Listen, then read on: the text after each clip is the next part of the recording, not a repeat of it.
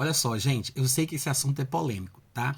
Eu compreendo que na comunidade cristã, de uma forma geral, a ideia é, como disse aí o colega no comentário do meu vídeo, que todas as crianças nasçam pecadoras.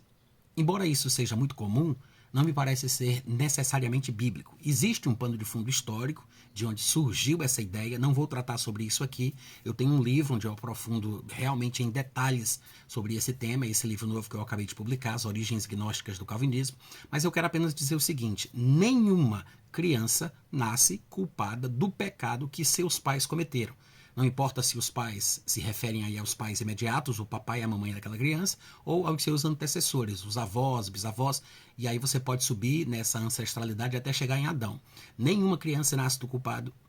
Nenhuma criança nasce culpada do pecado cometido pelos pais. Nenhuma. A criança nasce pura, inocente, em comunhão com Deus. É exatamente por isso que as Escrituras afirmam que toda criança é cidadã do reino dos céus, porque ela tem a natureza de Deus e a vida de Deus. Se uma criança morrer antes de cometer seus primeiros pecados, se tornar pecadora, entregando-se a Satanás, transformando Satanás em seu pai adotivo, essa criança, ela morre como cidadã do reino dos céus. E ela não vai ser expulsa do reino só porque não teve a oportunidade de pecar, tá? Isso não acontece. A criança, ela é a imagem e semelhança de Deus, é filha de Deus e está em comunhão com Ele quando entra nesse mundo. Os corpos vêm dos pais, mas o espírito vem de Deus. Hebreus 12:9 diz que Deus é que é o pai dos espíritos. Não há nenhum espírito de nenhuma criança que venha com defeito de fábrica. Tá? A criança nasce no mundo e aí ela se torna pecadora quando ela cometeu o seu primeiro pecado. É mais ou menos como Paulo retratou, exemplificando esse processo em sua própria vida. Ele disse: houve um tempo que sem lei eu vivia, mas sobrevindo o preceito da lei, reviveu o pecado e eu morri. De quando ele está falando? De um momento em sua vida em que ele era muito novo, que ele não tinha ainda sido ensinado sobre o que era certo e errado. Os preceitos da lei sobre o que fazer e o que não fazer ainda não tinham sido transferidos para ele, porque ele não tinha idade suficiente para compreender, para discernir entre o bem e o mal. Ele não está falando de uma suposta vida passada, houve um tempo que numa reencarnação anterior eu vivia. Não, ele está falando sobre o período da sua infância. Então, quando ele diz houve um tempo que sem lei eu vivia, ele está falando do seu período de infância. Não sabemos exatamente até que idade ele se refere, as escrituras não são explícitas nem objetivas em relação a essa idade em que a criança alcança essa razão para discernir o bem e o mal, mas Paulo disse que houve um tempo sem lei ele vivia. Quando lhe foi passado o preceito da lei, aquilo que lhe foi dado para o bem se transformou em mal. Não que a lei seja ruim, mas quando lhe foi dito, por exemplo, não cobiçarás, a própria ordem para não cobiçar despertou nele a cobiça, fazendo-o ceder aos desejos da carne, cometendo assim pecado e acabando, consequentemente, morrendo espiritualmente. Que é exatamente o que ele diz. O pecado usou o mandamento e por meio dele me enganou e me matou. Paulo é muito claro, ele diz duas vezes a mesma coisa. Ele diz: o pecado me matou. Por quê? Biblicamente falando, o salário do pecado é a morte. Não o pecado dos meus pais, não o pecado dos meus avós, não o pecado de Adão.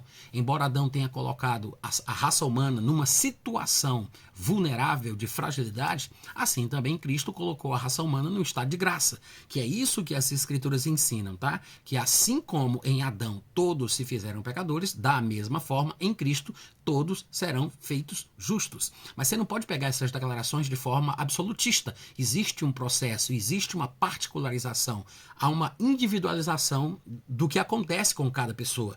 Veja, 1 Coríntios capítulo 15, versículo 22 diz assim: portanto, assim como em Adão todos morrem, assim também todos serão vivificados em Cristo. Isso significa que todos os seres humanos, sem exceção, indistintamente, cada e todo indivíduo será salvo em Cristo Jesus por causa do texto? Eu sei que a sua resposta é não. Da mesma forma, aquilo que acontece com a humanidade em Adão não pode ser generalizado, porque muitas crianças não terão sequer a oportunidade de cometer o seu primeiro pecado e morrerão.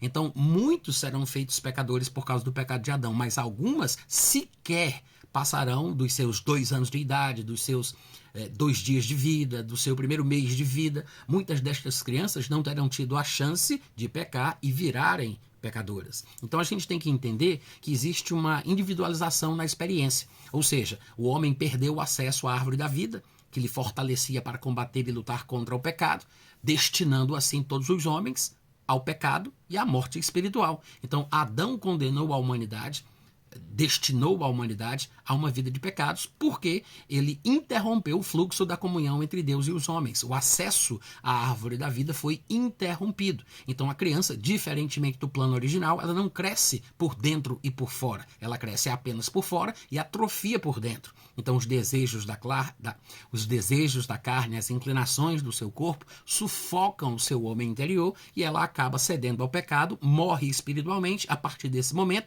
que a gente não sabe precisar que idade é, ela precisa nascer de novo para voltar para o reino do qual ela era cidadã, mas que saiu. Então ela saiu do reino, morreu espiritualmente e depois, quando nasce de novo, volta para o reino e é reconsiderada como participante da família. É como o filho pródigo, que estava na casa, sai da casa, se arrepende, volta e o pai diz: estava perdido, mas foi achado. Estava morto, mas reviveu. Então a criança, ela não nasce pecadora.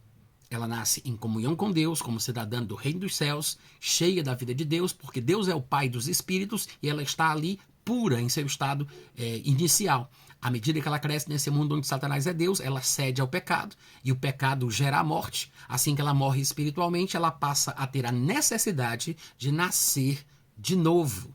Na verdade, é por aí o caminho que eu considero mais correto de se interpretar os textos bíblicos que falam sobre essa questão. Tá? Eu sei que tem muito mais para se falar sobre isso, tem outros pontos, outros versículos, e eu sei que existe uma dúvida generalizada, não dá para a gente pregar a Bíblia toda numa tarde só, mas meu livro trata bastante sobre isso, tá? As origens gnósticas do calvinismo. Se você ainda não teve a oportunidade de comprar, vai lá no meu site, loja.natanrufino.com e compre o seu. Beijão, tchau, tchau, até a próxima.